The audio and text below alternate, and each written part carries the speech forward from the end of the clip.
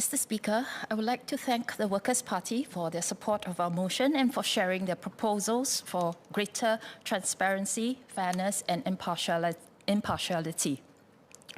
I would also like to thank the Minister for clarifying that the EBRC has not yet been convened and that when it is, announcements will be made.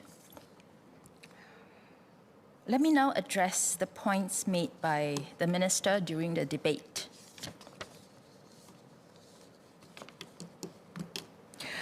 The Minister has said that the EBRC does not make its recommendations or boundary changes based on election results. He mentioned that I welcome that assurance and hope that he will accept our proposal that this be made explicitly clear in the electoral boundaries report. And secondly, he mentioned that the EBRC actually does not have access to the election results. I would just like to mention that we have given examples of how SMCs whereby opposition did better tend to have a higher chance of disappearing. And the fact is that the SMC results is open knowledge to everyone. So naturally the EBRC would know. So just pointing out that fact.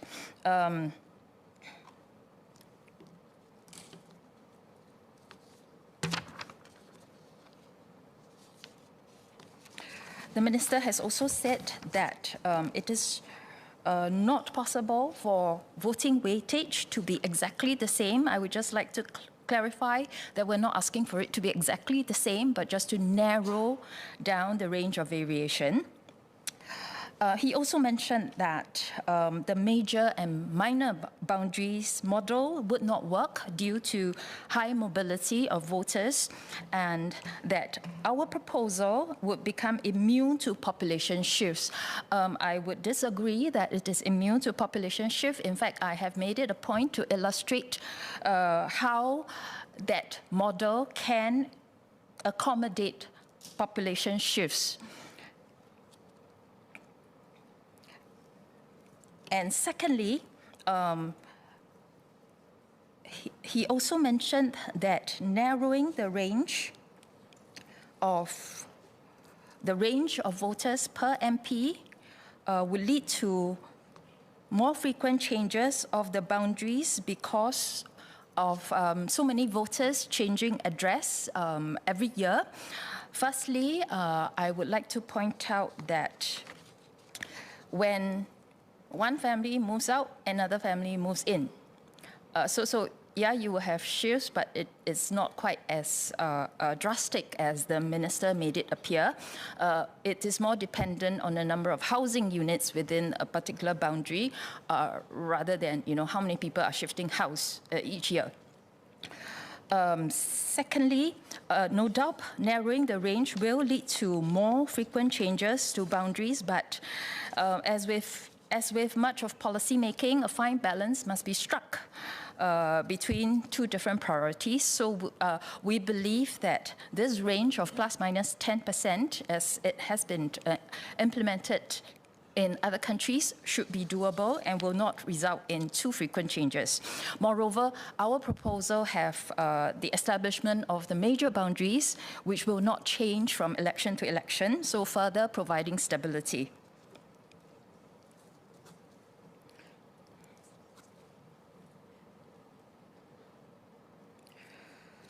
Now, the Minister declared that our current system is fair and transparent, but he has not given any explanation to explain why is it that the statistics that we have mentioned about SMCs where opposition did better, have a higher chance of disappearing. So that raises doubts on the fairness.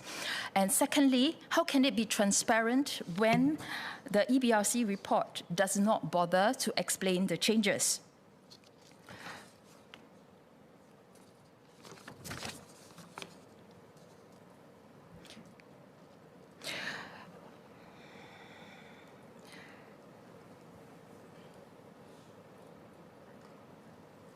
If there are cogent reasons for changes in boundaries, this should be made known to all Singaporeans for transparency and accountability.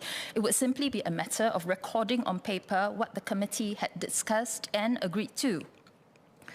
If we look overseas, the most recent report for the review of parliamentary constituency boundaries in England went into detail explaining the reasoning behind how constituencies were derived and how certain geographic features such as the River Thames or expressways were used as boundaries. It is up to the Prime Minister to decide on the terms of reference provided to the EBRC, and it is up to him to set the standards that he expects of the EBRC in terms of transparency and accountability.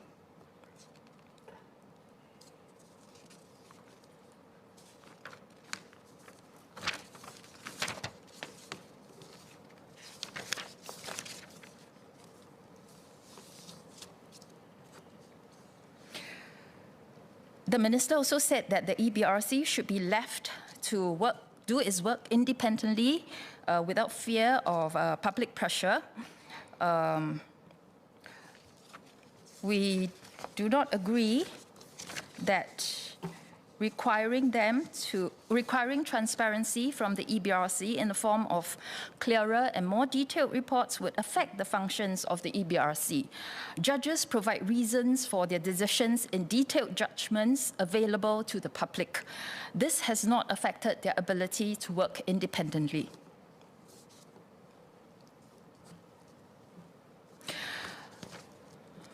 The minister has also, in several instances,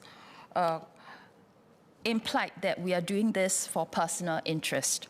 As I recall, when I did the motion on GRC, calling for GRCs to be abolished, he remarked that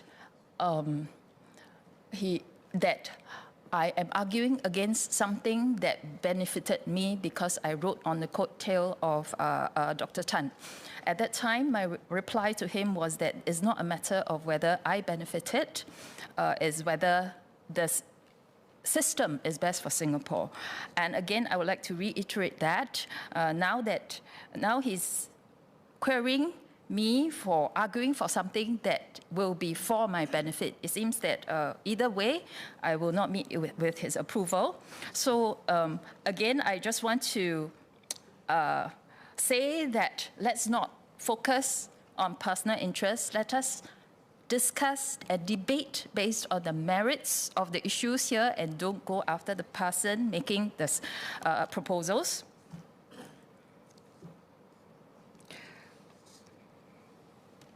Now, the minister argued that the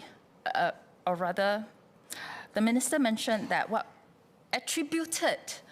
what we wanted is for the constituencies where we have done well to not change it because we're going to go back there again.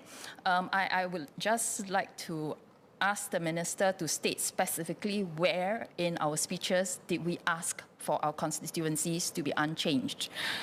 In our proposal, we're merely asking for major boundaries based on guidance from HDB town boundaries, URA planning boundaries, which in fact, if it were implemented, would imply changes, for example, in the West Coast GRC.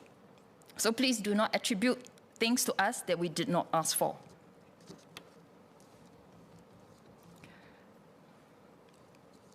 And he also said that if he were to do that, to not change a constituency because so that the opposition can go back again, then that would be gerrymandering. I would like just to point out that the definition of gerrymandering is to change boundaries. To ask for not changing it can't be gerrymandering.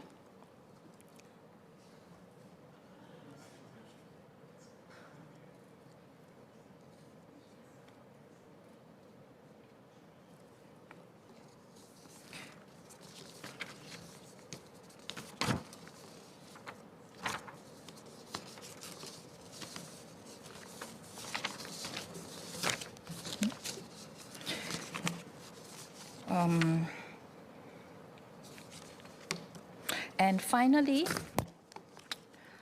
The Minister took issue with the words in the motion statement for political parties and concluded that therefore this motion is all about for the benefit of political parties and not for Singapore.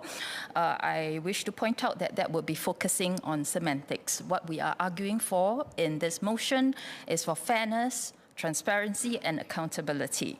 Now, fairness is very important. It is very important to ensure that there is fair competition in the political arena, because this can only give Singapore a healthier democracy, and that is definitely in the national interest. So in closing, I believe that PSP's proposal is balanced and considered and will enhance the transparency and accountability of the electoral boundaries review process. It will make the process fairer for all parties, it will make the process more fairer for all political parties. Much of the electorate has grown accustomed to the changes of the boundaries without much justification and explanations. When conducting house visits, we often hear residents joke to us about how they kept moving constituencies in consecutive GEs without physically moving house. But underlying the joke is disagreement. As society develops, our expectations change. Fairness and good governance are gaining greater importance. As a small nation, we are keenly aware of the importance of fair and just approaches when it comes to competition in the international arena. As a country, we believe in upholding meritocracy. And fair competition is an important pillar to upholding meritocracy. It also pushes all of us to be better than we thought we can be.